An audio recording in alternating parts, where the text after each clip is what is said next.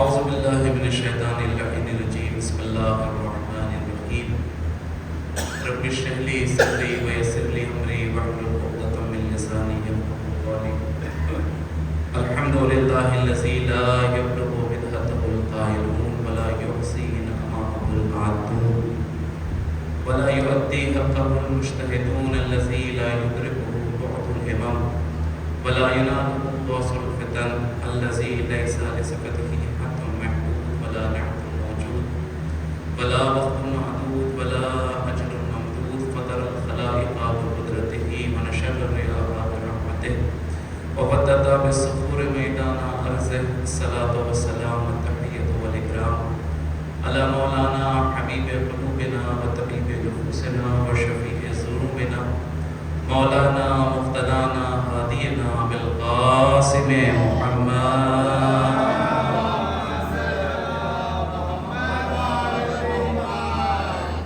وآله الطيبين الطاهرين المعصومين المظلومين المنتجبين المنتخبين ولعنة الدائمة الباقية على أعدائهم وقتلتهم وغاصبي حقوقهم ومنكري فضائلهم ومنكري مصائبهم ومنكري نصرتهم ومنكري سخاوتهم ومنكري ولايتهم أجمعين من الآن إلى قيام يوم الدين آمين يا رب العالمين.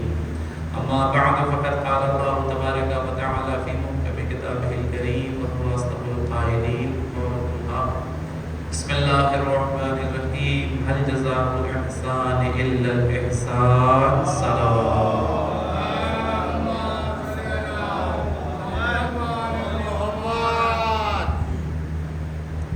بزرگان مذہب ملت برادران ایمانی عزاداران سید الشہداء اور موالیان حیدر کرار احسان شناسی کے حوالے سے مسلسل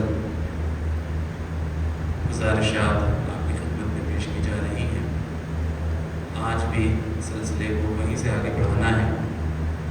ہم نے اب تک آپ کی خدمت میں عرض کیا تھا کہ قرآن مجید اور تعلیمات آل محمد سے جو نتیجہ ہمیں ملتا ہے وہ یہ ہے کہ انسان احسان شناس بنے، احسان فراموشی سے باز آ جائے.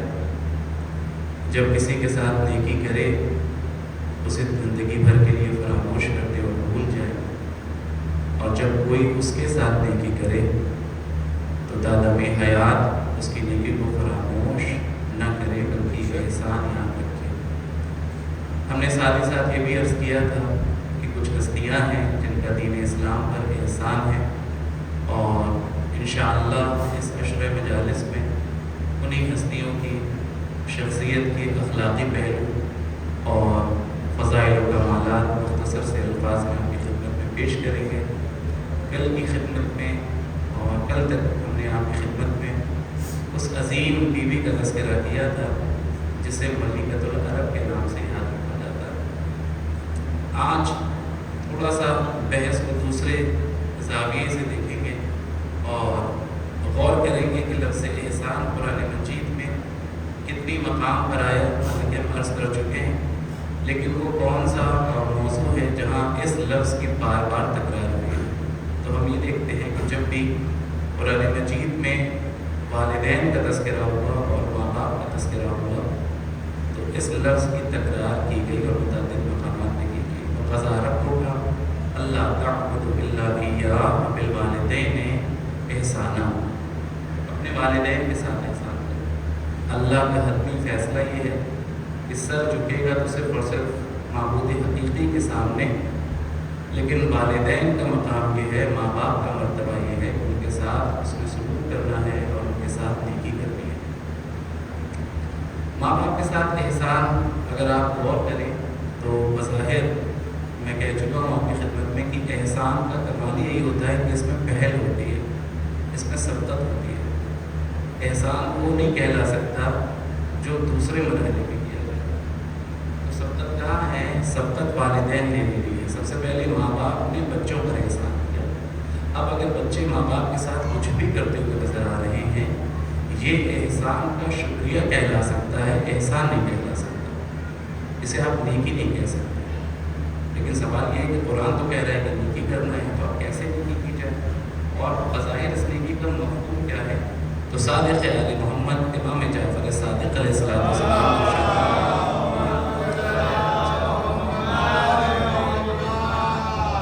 آپ نے ارشاد فرمایا کہ قرآن میں والدین کے لیے جس احسان کا تذکرہ ہے، اس احسان کا آسان سا مفہوم یہ ہے کہ ماں باپ کے کہنے کے بعد ان کے ساتھ کوئی نیکی کرنا یہ احسان کے زمرے میں نہیں آتا، بلکہ اس سے پہلے کہ ماں باپ اپنے دل کی خواہش ظاہر کریں اسے پورا کر دینا، یہ ہے احسان۔ رات کی تاریکی ہے، نصف شب ہے، باپ بیمار ہے، ماں علی ہے، پیاس لگی، بچہ لائق اور بچہ احسان کرنے والا وہی کہلائے گا جسے ماں باپ کی تشنگی کا احساس ہو اور ان کے تقاضا کرنے سے پہلے ہی ان کی خدمت میں حاضر ہو جائے، اور کم سے کم اولاد کو اتنا مزاج شناس تو ہونا چاہیے۔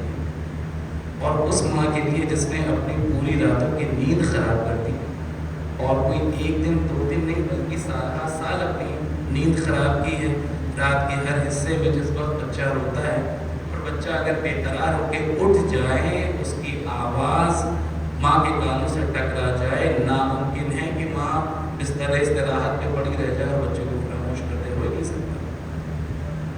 تو اب اس احسان کا بدلہ کیسے کوئی چکا سکتا ہے؟ بس یہ کر سکتا ہے، پھر یہ میں شکریہ ہی کہہ رہا ہے، یعنی اسے احسان کے زمرے میں نہیں لایا جا سکتا۔ معصوم بتانا چاہتے ہیں کہ کچھ بھی کر لو وہ احسان کا بدلہ نہیں کہلائے گا، وہ احسان کا شکریہ کہلائے گا۔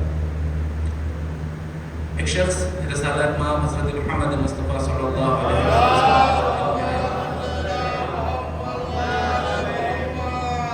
اور غالباً اختلاف روایت کے ساتھ مولا علی سے بھی تقریباً اسی روایت کو منسوخ کیا جاتا ہے کہ آیا اور آ کے کہتا ہے کہ یا رسول اللہ، میں اپنے والدین کی بڑی خدمت کرتا ہوں، میرے والدین معذور ہیں، اور ابھی موسم حج میں نے اپنے کاندھے پہ بٹھا کے انہیں پاپیادہ حج کروایا، اپنے کاندھے پہ بٹھا کے پاپیادہ حج کروایا۔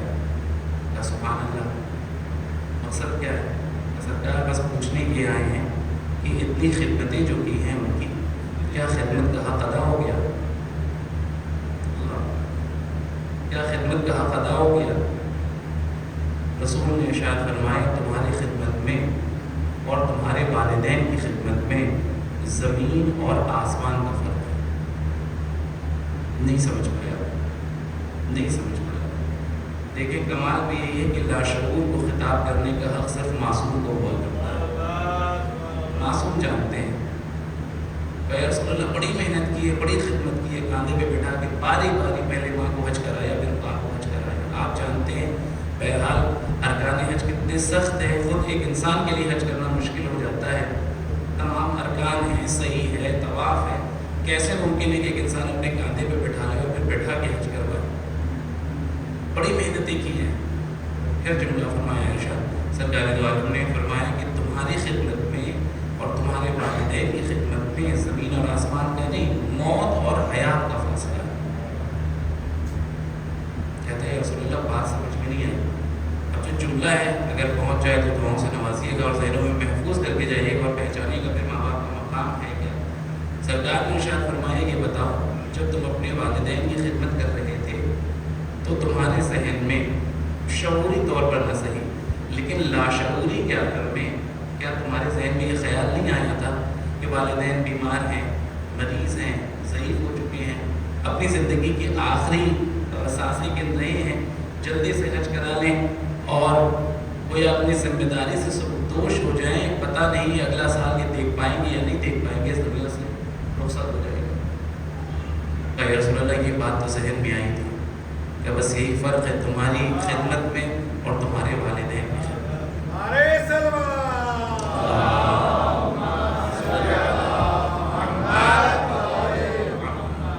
جب تم اپنے والدین کی خدمت کر رہے تھے شعوری طور پر نہ صحیح لیکن لاشعوری کے عالم میں ہی صحیح، تم نے یہ سوچ لیا کہ آج نہ صحیح کل ان کا سایہ میرے سر سے اٹھ جائے گا، لیکن جب یہ تمہاری خدمت کر رہے تھے لاشعوری کے عالم میں بھی انہوں نے یہ نہ سوچا بلکہ یہ تو دعا ہی مانگتے رہ گئے، میرے اللہ اسے حیات مل جائے، میرے اللہ اسے زندگی مل جائے، میرے اللہ میرا بچہ کامیاب آپ سمجھے تمہاری خدمت میں اور تمہارے والدین کی خدمت میں فرق کتنا ہے. صلوات بھیجے مل جل کے محمد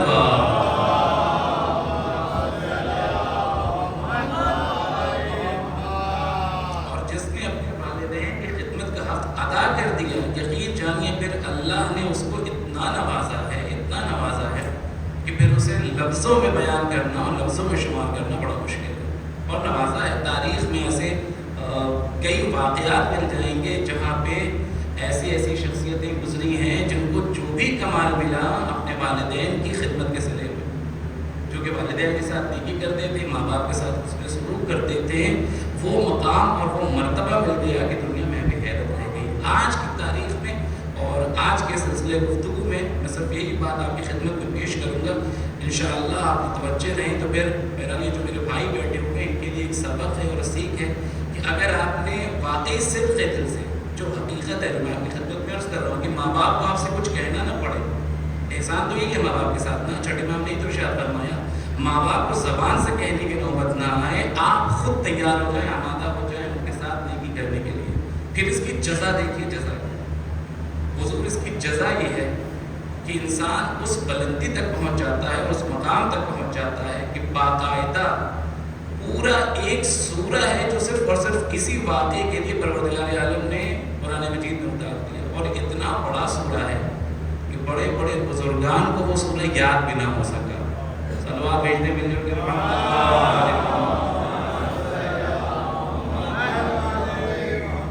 سورہ بقرہ. اگر آپ سورہ بقرہ کی تلاوت کریں اور سورہ بقرہ کی تفسیر اٹھا کے دیکھیں، کئی ایک واقعات ہیں علیہ السلام جس میں تذکرہ ہوا ہے، الگ الگ بحثیں ہیں. اس میں جو سب سے اہم بحث جس کی وجہ سے سورہ بقرہ کا نام بقرہ پڑا، بقرہ گائے کا تذکرہ، بنی اسرائیل کی گائے کا تذکرہ ہے جس کی وجہ سے اس کا عنوان بھی بقرہ پڑا. اس کی پوری تفصیل ہے، میں آپ کی خدمت میں مختصر سے لفظوں میں عرض کروں گا اور پیش کروں گا تھوڑا سا اس کا خاکہ تاکہ آپ کے ذہن تک پہنچے. اصل موضوع کیا ہے؟ والدین کے ساتھ نیکی اور حسن سلوک. دیکھیں اس کا نتیجہ کیا ہے. کہتے ہیں بنی اسرائیل میں دو بھائی تھے، چچا زاد بھائی تھے، ساتھ میں زندگی گزار رہے تھے. اور یوں سمجھ لیجیے کہ دو بھائی چچا زاد اور ایک بہن تیسرے بھائی کی جو ان کی چچا زاد بہن ہوئی. اور گویا آپس میں منسوب تھے اور ارادہ یہ تھا بھائیوں کا کہ اپنے ہی کسی بیٹے سے اپنی بیٹی کا نکاح کر دیں گے، یعنی ایک بھائی کی بیٹی اور ایک بھائی کا بیٹا. یہ جو دو بھائی چچا زاد تھے جو دعوے دار تھے ازدواج کے اور شادی کے، ان دونوں کی کیفیت یہ تھی کہ اس میں سے ایک تو مومن تھا، دیندار تھا، مذہبی تھا، ایک فاسق تھا، بے دین تھا. جو بے دین تھا اس کے پاس دولت بہت تھی، پیسہ بہت تھا، سرمایہ بہت تھا.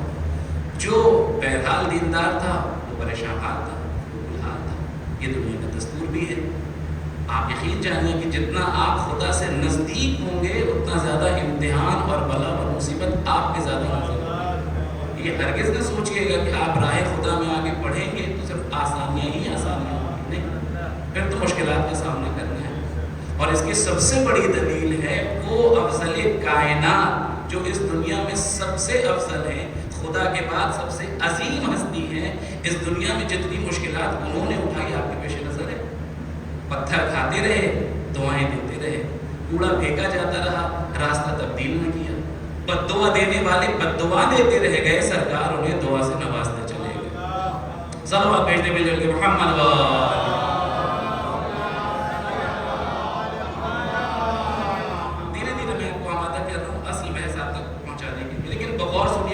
داستان بہت جالب ہے.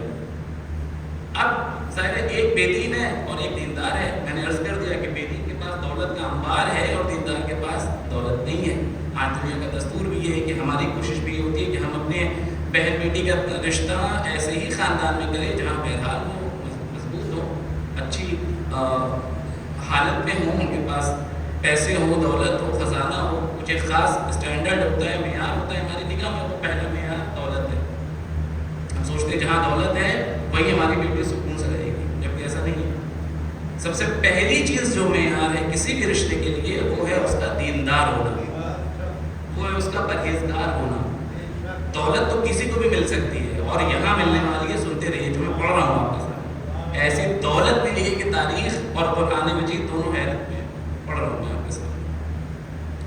اب جب باپ کے سامنے رشتہ ہے، ظاہر ہے اس کے دونوں بھتیجے سامنے موجود ہیں، فیصلہ نہیں کر پا رہا ہے، یہ بھی بھائی کا بیٹا ہے، یہ بھی بھائی کا بیٹا ہے، کس سے اپنی بیٹی کا رشتہ کرے، ازدواج کرے۔ تو اس نے وہ کام کیا، بنی اسرائیل کا شخص ہے لیکن کام وہ کیا جو مذہب شریعت میں، مذہب تشیع کے اندر، مذہب اسلام کے اندر ہمارے لیے حکم ہے۔ جائیں اور جانے کے بعد بیٹی سے مشورہ کریں۔ ہمارے یہاں جب کس کے برخلاف ہوتا ہے، ہمارے یہاں بیٹیوں سے مشورہ کرتا ہے، ہمارے یہاں کبھی بیٹے سے مشورہ نہیں، اور اگر کوئی کر رہا ہے تو فبیا، خوش نصیب ہے، وہ عمل کر رہا ہے تعلیمات محمد کے اوپر، تعلیمات اسلام کے اوپر۔ رشتے کے معاملات میں ایسا نہیں ہے کہ ولی کی اجازت ضروری ہے، وہ ایک بحث ہے، لیکن ولی کی پہلی ذمہ داری ہے کہ بیٹے سے مشورہ بھی کرے، پوچھے تو صحیح، جانکاری تو لے، اس کی نگاہ میں کیا معیار ہے، کیا پسند ہے، اور اگر غلط پسند ہے تو اس کو تنبیہ کرے، اسے سمجھائے۔ یہ پوری بحث ہے، لیکن وہ بنی اسرائیل کا ہو کے اس چیز کو جانتا تھا، بہرحال وہ مل رہا ہوگا، آگے بیٹی سے کہتا ہے کہ دو رشتے ہیں آپ کے پاس، آپ فیصلہ کر لیجئے کہ آپ کو کس سے شادی کرنی ہے۔ دونوں بہرحال چچا زاد بھائی۔ تو اس نے ایک لمحے کے لیے سوچا، اس نے کہا کہ یہ جو بے دین ہے اس کے پاس دولت تو بہت ہے، خزانہ تو بہت ہے، اس سے شادی کر لیں گے، عیش میں تو رہیں گے، لیکن دنیا کی عیش و عشرت تو مل جائے گی، آخرت میں کچھ ملنے والا نہیں ہے۔ یہ خود بھی بے دین ہے، مجھے بھی بے دینی کے ہی راستے پہ لے کے جائے گا۔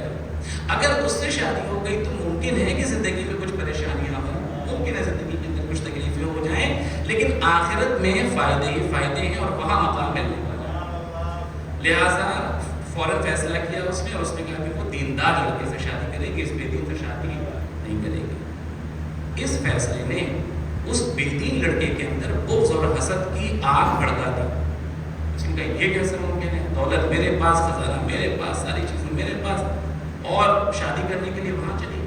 اچھا بہرحال وہ خوبصورت لڑکی تھی تو اس کی خواہش تھی کہ میں ازدواج کروں، میں شادی کروں۔ تو یہ بغض و حسد کی آگ اس منزل تک پہنچ گئی کہ اس نے فیصلہ کر لیا کہ یہ اپنے چچا زاد بھائی کا قتل کر دے گا۔ اس کا کوئی وارث نہیں تھا، اس کا باپ موجود نہیں، اس کا کوئی بھائی موجود نہیں، کوئی بھی نہیں تھا۔ تو اس نے کہا کہ کیوں نہ ایک تیر سے دو نشانے لگائے جائیں۔ بہت بڑا منصوبہ تیار کیا اس نے۔ کیا کریں؟ کہ ایسا کرتے ہیں بھائی کو کر دیتے ہیں قتل، اور قتل کرنے کے بعد چیخیں گے، چلائیں گے، بنی اسرائیل والوں کو جمع کریں گے اور ان کے سامنے یہ ظاہر کریں گے کہ میرے بھائی کا قتل ہو گیا۔ ظاہر ہے وہ پرانا زمانہ ہے، بنی اسرائیل کا زمانہ ہے، کوئی CCTV کیمرے کا زمانہ نہیں ہے کہ وہاں قاتل کو ڈھونڈنا آسان ہوگا۔ کون قاتل کی شناخت کر پائے گا؟ قاتل کا نشان تو ملے گا نہیں، پتہ ملے گا نہیں، تو فائدہ ہو جائے گا۔ لڑکی سے شادی بھی ہو جائے گی اور اپنے بھائی کا خون بہا بھی لے لیں گے، قصاص مانگیں گے کہ ہم کو بدلہ چاہیے، ہم کو خون بہا دیجیے، آپ ہم کو پیسے دیجیے، میراث بھی مل جائے گی۔ یعنی ہر طرف سے اس نے فائدہ سوچا، میراث بھی مل جائے گی، بنی اسرائیل والوں سے اس کا خون بہا بھی لے لیں گے، اور یہاں معاملہ یہ ہو جائے گا کہ شادی بھی ہو جائے گی۔ اس منصوبے کے تحت اس نے پلاننگ کی، تفصیل اپنی جگہ پہ، اس کو بلایا اپنے چچا زاد بھائی کو، اسے قتل کر دیا ایک علاقے میں لے جا کے۔ اور جب صبح شور ہوا، لوگوں نے چیخنا شروع کیا کہ قتل ہو گیا ایک جوان، تو دوڑتا ہوا آیا اور سر و سینہ پیٹنا شروع کر دیا۔ ارے میرے بھائی کو قتل کر دیا گیا، اور کس نے قتل کیا اور کیسے قتل کیا؟ الا ماشاء اللہ، چیخ پکار مچ گئی۔ اب ظاہر ہے کون قاتل ڈھونڈ کے لیا ہے اور کیسے قاتل ڈھونڈ کے لیا ہے۔ بلایا گیا حضرت نبی موسیٰ نبی علیہ السلام، جناب موسیٰ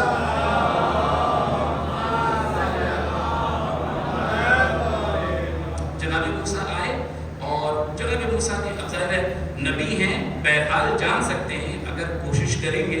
آپ جانتے ہیں کہ نبی معصوم وہ ہوتا ہے جس کے پاس غیب کا علم ہوتا ہے، لیکن ایسا نہیں کہ ہر وقت وہ غیب کا علم اپنے پاس رکھتا ہے۔ جب چاہتا ہے تو علم غیب کا اظہار کرتا ہے، ورنہ اظہار نہیں کرتا۔ جب چاہے گا تو اپنی قدرت دکھا سکتا ہے، اپنا علم استعمال کر سکتا ہے، لیکن حدیث کے الفاظ یہ ہے کہ وہ ایسے ہی استعمال نہیں کرتے جہاں ضرورت ہوتی ہے۔ اب یہاں مصلحت ہے، یہاں انہوں نے کوئی ضروری نہیں سمجھا، انہوں نے بلایا بنی اسرائیل۔ خلاصہ یہ کہ وہ جو محلہ رہا ہوگا، وہ جو قبیلہ رہا ہوگا جہاں پہ یہ حادثہ پیش آیا تھا، کہ پہلی تمہاری ذمہ داری ہے کہ جاؤ جا کے تلاش کرو کہ اس کا قاتل ہے کون۔ اگر تم نے ڈھونڈ لیا، نکال لیا، قاتل ڈھونڈ نکالا تو پھر ٹھیک ہے، پھر بہرحال جس نے قتل کیا اس کو سزا دی جائے گی، اس کا قصاص ہو جائے گا۔ اور اگر قاتل نہیں ڈھونڈ پائے تو پھر اب یہ جو مطالبہ کر لیں، تمہیں دینا ہوگا، وہاں دینا ہوگا، تمہیں پیسے دینے پڑیں گے۔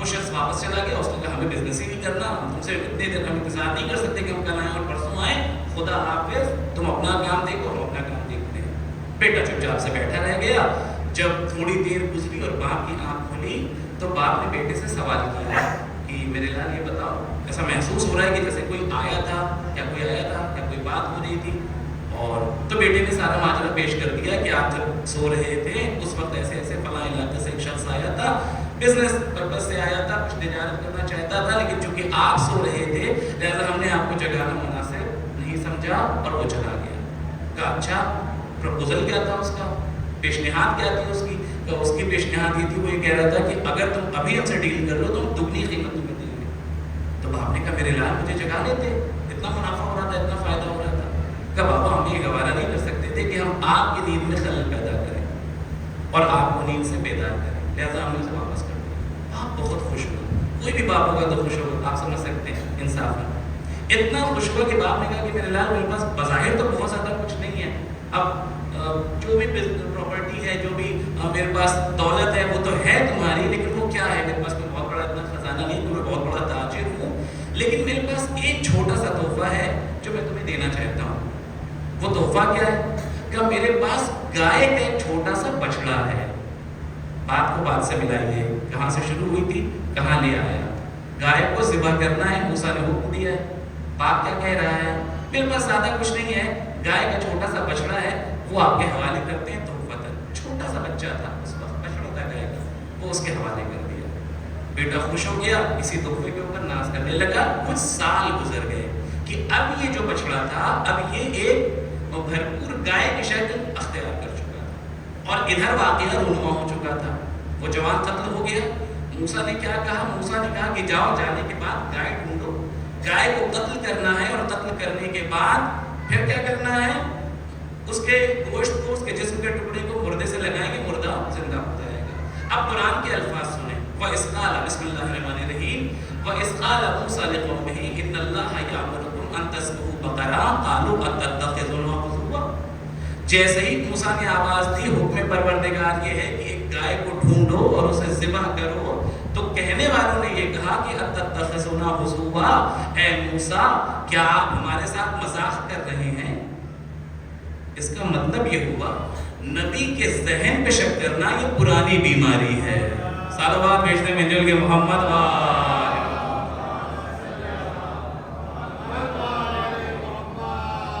جی نبی کے ذہن پہ تو شک ہو رہا ہے کہ آپ اسے مذاق کر رہے ہیں.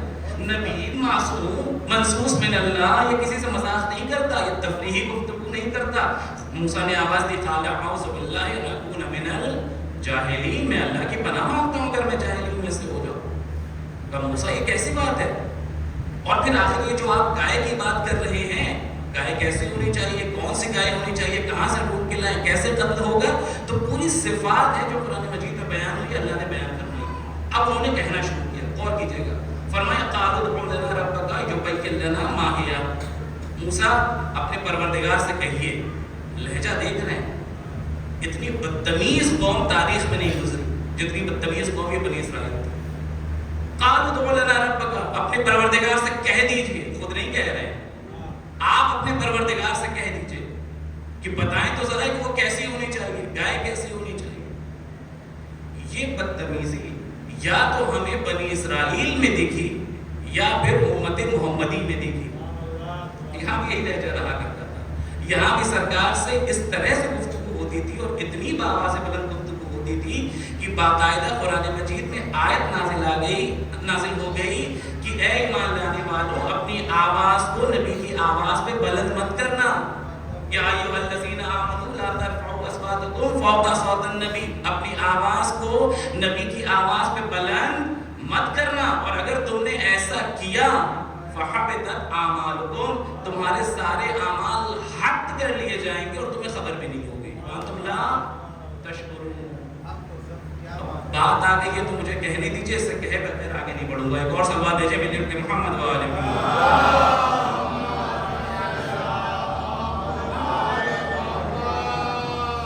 قرآن مجید میں پیغمبر اکرم سے جب اللہ کلام کرتا ہے تو دو لہج اور دو طریقہ ہے. یا ایھا الناس, یا ایھا الذین آمنوا, یا ایھا الناس, یہ عام کلام ہے, اس میں سب شامل ہے. دنیا کا ہر انسان شامل ہے. یا ایھا الذین آمنوا صرف ایمان والے، اس کے علاوہ کوئی اور نہیں. جنہوں نے ایمان کا اظہار کیا، جنہوں نے ایمان کا اقرار کیا، جو ایمان نے کیا ہے، ان سے خطاب ہے. کیا خطاب ہے؟ لا ترفعوا اصواتکم فوق صوت النبی، اپنی آواز کو نبی کی آواز پہ بلند نہ کرنا. اگر ایسا کیا تو کیا ہوگا؟ فرمایا ہوگا یہ کہ ان تحبط اعمالکم، تمہارے سارے اعمال حبط کر لیے جائیں گے. تو انتم لا تشعرون، اور تمہیں خبر بھی نہ ہوگی، تمہیں بھنک بھی نہیں لگے گی. آپ نے حبط کا لفظ تو نہیں سنا ہوگا، بہرحال صاحبان علم ہے، عربی کا لفظ کہیں نہ کہیں سنا ہو، لیکن آپ نے ضبط کا لفظ ضرور سنا ہوگا. بغور سنیے گا، ایک ہے حبط اور ایک ہے ضبط. آپ نے ان دونوں لفظوں میں ضبط تو ضرور سنا ہے کیونکہ ہماری اردو زبان میں استعمال ہوتا ہے. حبط نہیں سنا ہوگا. ضبط میں اور حبط میں تھوڑا سا فرق ہے. بات کہاں سے شروع ہوئی ہے؟ اے ایمان لانے والوں، اپنی آواز کو نبی کی آواز میں بلند نہ کرنا. اگر کیا تمہاری آواز بلند ہو گئی تو یقین جانو کہ تمہارے سارے اعمال حبط کر لیے جائیں گے. حبط کا معاملہ کیا ہے اور ضبط کا معاملہ کیا ہے؟ ضبط کا معاملہ یہ ہے کہ جب اس میں کسی انسان کی چیز کو ضبط کیا جاتا ہے، لیا جاتا ہے، تو اسے واپس کرنے کا امکان رہتا ہے. کیا مطلب؟ یعنی انکار ملکیت نہیں ہوتا، ملکیت کا انکار نہیں کیا جاتا. چھوٹی سی مثال لے لیجئے، روڈ پہ جا رہے ہیں آپ نے فرض کرے سگنل توڑ دیا، کوئی بھی ٹریفک پنشن کر دیا، کیا ہوگا؟ آپ کے اوپر جریمہ لگے گا، جرمانہ لگے گا، اور آپ کو سیدھی سی بات ہے کہ جانے کے بعد گاڑی چھڑوائیے اور وہاں پہ جا کے جو بھی اس کی پینالٹی ہے، جو بھی اس کا جریمہ ہے وہ دیجئے. تو جب آپ جریمہ دینے جائیے گا تو وہ کیا کہے گا سامنے والا؟ بھائی آپ نے سگنل توڑا تھا، بالفرض آپ غلط راستے پہ آ گئے تھے، آپ کو یہ جرمانہ دینا ہوگا. آپ نے جرمانہ دیا اور گاڑی اپنی لے لی، گھر واپس آ گئے. کیا کبھی ایسا ہوتا ہے کہ سامنے والا یہ کہہ دے کہ کون سی گاڑی؟ نہیں توجہ کیجیے گا. کیسی گاڑی؟ کہاں کی گاڑی؟ اس لفظ میں غور کیجیے گا، یہ اردو زبان کی لطافت ہے، آپ تک پہنچا سکتے ہیں. ضبط کا معاملہ یہ ہے کہ یہاں ملکیت کا انکار نہیں ہوتا. حبط کا معاملہ یہ ہے کہ یہاں ملکیت کا ہی انکار کر دیا جاتا ہے. اب سن لیجیے ملکیت کا انکار کیسے. آپ کی گاڑی کی مثال لے لیجیے. حبط کا معاملہ یہ ہے کہ گاڑی آپ لے کے چلے گئے اور آپ نے سگنل کی رعایت نہیں کی. اب جب گاڑی حبط ہو گئی اور آپ پہنچیے گا اور پہنچ کے کہیے گا حضور ہم نے ٹریفک سگنل توڑا تھا، ہماری گاڑی حبط ہوئی تھی، واپس کر دیجئے. تو سامنے والا یہ نہیں کہے گا کہ جرمانہ دینا ہوگا، پینالٹی دینی ہوگی، پیسے دینے ہوں گے. ایک جملہ کہے گا، کیسی گاڑی؟ کون سی گاڑی؟ کہاں کی گاڑی؟ کاش میں جملہ پہنچا پاتا. حبط کا معاملہ الگ ہے، ضبط کا معاملہ الگ ہے. حبط کا معاملہ یہ ہے کہ یہاں ملکیت کا انکار ہو جاتا ہے، ضبط کے معاملے میں ملکیت کا انکار نہیں ہوتا. قرآن میں آواز دے رہا ہے پروردگار عالم، اے ایمان لانے والوں خیال رکھنا، اگر تمہاری آواز نبی کی آواز پہ بلند ہو گئی، تمہارے سارے اعمال حبط کر لیے جائیں گے. تم روز محشر پہنچو گے، صحرائے محشر ہوگا، کہو گے میرے اللہ ہماری نماز، ہمارے روزے، ہماری پیشانی کے داغ. خدا کہے گا کیسی نماز، کیسا روزہ، کیسا سجدہ. صلوات بھیجے مل جل کے محمد و آل محمد.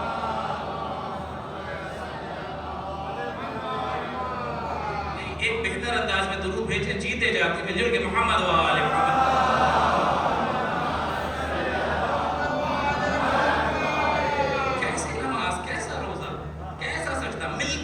ہو جائے ملکیت سے انکار ہو جائے. اگر کسی نے اپنی آواز نبی کی آواز میں بلند کی تو عربی میں کہتے ہیں الکنایۃ افضل من الصراحہ. تاریخی جملے ہیں لیکن میں دبے ہوئے الفاظ میں کہہ رہا ہوں، بات پہنچ جائے تو تمہوں سے نواز دیجیے گا. پیغمبر کا آخری وقت ہے، نبی نے آواز دی کاغذ اور قلم لاؤ، اور کہنے والے نے کہا ہمارے لیے کتاب کافی ہے. کس ٹون میں کہا ہوگا آپ سمجھیے. آواز بلند ہوئی یا نہیں ہوئی؟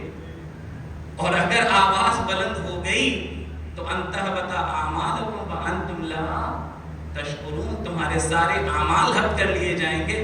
تم چیختے رہ جانا، پھر کہتے رہ جانا بڑی عبادتیں کی تھی، بڑے سجدے کیے تھے، بڑے روزے رکھے تھے. خدا کہے گا کیسی نماز، کیسا روزہ. تو یہ بدتمیزی کا لہجہ یہ پرانا ہے، یہ بنی اسرائیل کے زمانے کا. وہ بھی اسی ٹون میں بات کرتے تھے. قالوا ادع لنا ربک، کہو موسیٰ اپنے پروردگار سے کیسی گائے ہونی چاہیے جس کو سوا کرنا. باقی پہ آ جائے گا سمیٹ رہا ہوں. اب پیغمبر نے ارشاد فرمایا قال، اب اللہ کہہ رہا ہے موسیٰ کہو ان سے انہ یقول انہا بقرۃ لا فارض ولا بکر. گائے کیسی ہونی چاہیے؟ نہ تو باقرہ ہو، یعنی نہ تو بہت چھوٹی ہو، نہ بہت زیادہ سن رسیدہ ہو، عمر دراز ہو، بل عوام بین ذالک، بلکہ بیچ کی ہو، یعنی نہ تو گائے کا بچڑا ہو، نہ ایک پوری شیر دینے والی اور دودھ دینے والی مکمل گائے ہو، بلکہ بیچ کی ہو۔ فَافْعَلُوا مَا تُؤْمَرُونَ، اور جو کہا جا رہا ہے جاؤ اس پہ عمل کرو، حکم جو دیا جا رہا ہے تمہیں اس پہ عمل کرو۔ انہوں نے سن لیا، یہ نکل گئے، ابھی نہیں نکلے، جہاں رک جائیے، ابھی تو 3 مرتبہ سلسلہ ہے۔ جیسے ہی پیغمبر نے یہ نشانی بتائی ان کو سمجھ میں نہیں آیا۔ کیا کہا پیغمبر نے؟ لا بکرن ولا فارس بل عوان بین ذالک، نہ تو باقرہ ہو، نہ بہت زیادہ سن رسیدہ ہو، بلکہ بیچ کی ہو، جاؤ جا کے جو کہا جا رہا ہے اس پہ عمل کرو۔ ان کو سمجھ میں نہیں آیا، کہنے لگے موسیٰ اپنے اللہ سے کہو قالوا ادع لنا ربک یبین لنا ما لونها، یہ تو بتائیں کہ اس کا رنگ کیسا ہونا چاہیے، کلر کیا ہونا چاہیے۔ اب ان کو بات سمجھ میں نہیں آ رہی ہے۔ ایک بار پھر خدا نے فرمایا موسیٰ ان سے کہہ دو قال انه یقول انها بقرة صفراء فاقع لونها تسر الناظرین، زرد رنگ کی ہونی چاہیے، زرد رنگ کی ہونی چاہیے، اور اتنا خوش رنگ ہونا چاہیے یہ زرد رنگ بھی کہ دیکھنے والے کی آنکھوں کو ٹھنڈک نصیب ہو، اتنا خوبصورت رنگ ہونا چاہیے۔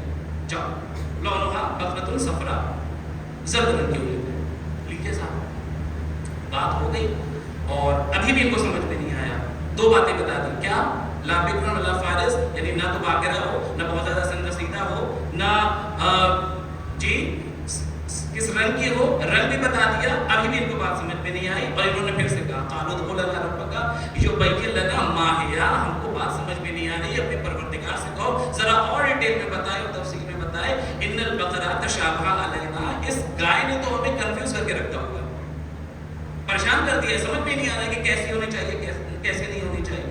وَإِنَّا إِنْ شَاءَ اللَّهُ لَمُهْتَدُونَ، اور جلدی سے ہمیں بتائیے کہ کیسی ہو تاکہ یہ ہم ہدایت پا سکیں اور ہم نتیجے تک پہنچ سکیں۔ پھر موسیٰ نے خدا نے آواز دی موسیٰ ان سے کہو قال إِنَّهُ يَقُولُ إِنَّهَا بَقَرَةٌ لَا ذَلُولٌ تُثِيرُ الْأَرْضَ وَلَا تُسْقِي الْحَرْثَ مُسَلَّمَةٌ لَا شِيَةَ فِيهَا قَالُوا الْآنَ جِئْتَ بِالْحَقِّ، کیا کہا کہ جا کے ایسی گائے کا انتخاب کرو کہ جو نہ تو اس کے شیر سے استعمال کیا جا رہا ہو، نہ تو وہ دودھ دینے والی ہو، نہ اسے کھیتوں میں استعمال کیا جا رہا ہو، جو ہمارے یہاں جانور کو استعمال کرتے ہیں، آپ جانتے ہیں کھیت کے اندر کس طرح سے استعمال کیا جاتا ہے، کہ دونوں چیزوں میں کوئی استعمال نہ ہونے والی ہو۔